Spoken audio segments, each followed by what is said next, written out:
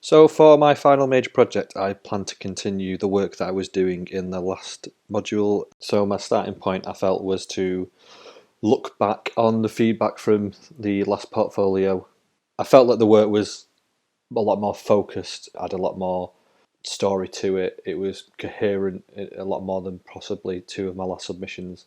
I felt it really told the story of the space, from capturing the people during summer and autumn. I feel like it was a really good reflection of that time. Reflecting on some of my feedback from this Module 4 submission, I was recommended that I shoot with the same lens, which I did. Every single shot is with the same 50mm prime lens. One recommendation was to consider black and white, but I don't feel like that black and white is a way forward with this project. For me, when I go on the canal, it's all about the colour and the texture and the light and the greens, the browns.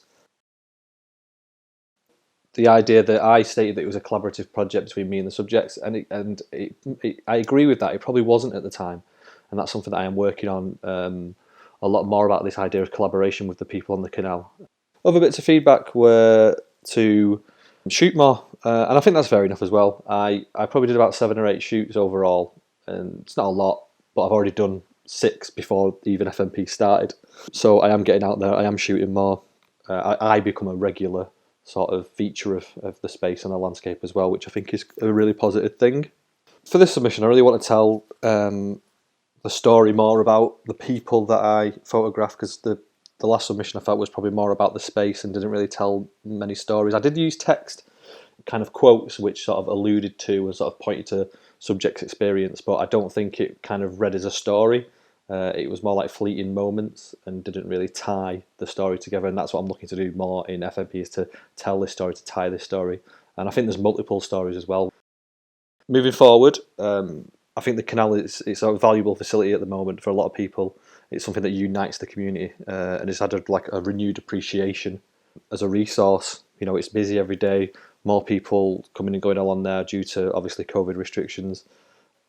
And I think sort of it's that kind of space where what I always find fascinating about the canal is the fact that no matter who you walk past, you say hello to everybody. And this sort of fleeting passing moment of like community and sort of acknowledgement is a real good way of engaging with people. People are really wanting to say hello, and then it's about following it up. For me as a photographer, it's like following it up with that second line or question to get these conversations going, to get to speak to people and get to learn about, you know, their reason for, you know, using this resource. I think COVID has brought sort of an empathy and compassion between people as they share the space as well. It's sort of this little acknowledgement and little looks of like what we're all going through, and as you walk past people and just sort of give that little nod or that hello, and I find that quite fascinating. It is quite a transient place as well, so one thing I have maybe struggled with is regularly shooting people, and that's something that I've worked on loads within the shoots I've done so far. One aspect of the space, it is really diverse, and there's a lot of interest and there's a lot of stories to be told and a lot of stories to be shared, and it's kind of a social fabric of the area that is under recognised and not as appreciated as maybe sort of like different sort of spaces where regularly photographic projects take place. And I feel that the big theme with my FMP project is about community, and there's already steps that are taken to get this project out into the community. There is a Bookshare box on the canal that I've photographed, and I've utilised that in terms that I printed off my last submission in small booklet form, and I've put them in the Bookshare with my contact details on and my website, my email for people if they want to get involved in this second phase, or volume 2 of the project as I call it. So hopefully I'm going to get some sort of community involvement through that. I photographed a guy, coincidentally, who runs the I Love Marple Facebook page, which has 11,000 followers, and I've been really like hammering that Facebook page with images and links to my portfolio, links to my website, and you know, getting that audience feedback has been really useful.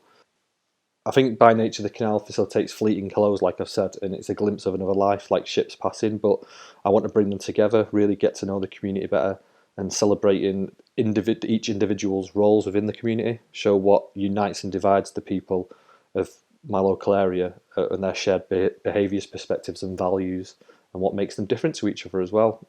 There's a segmentation of the type of people who are on the canal, and one being mediation and well-being, so people who just regularly walk along there for fresh air and just escapism and just clear their heads.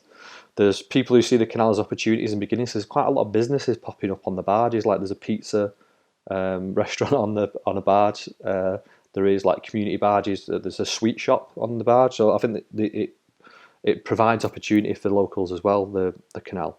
It's also a segment which I think is about lifeblood and daily routine.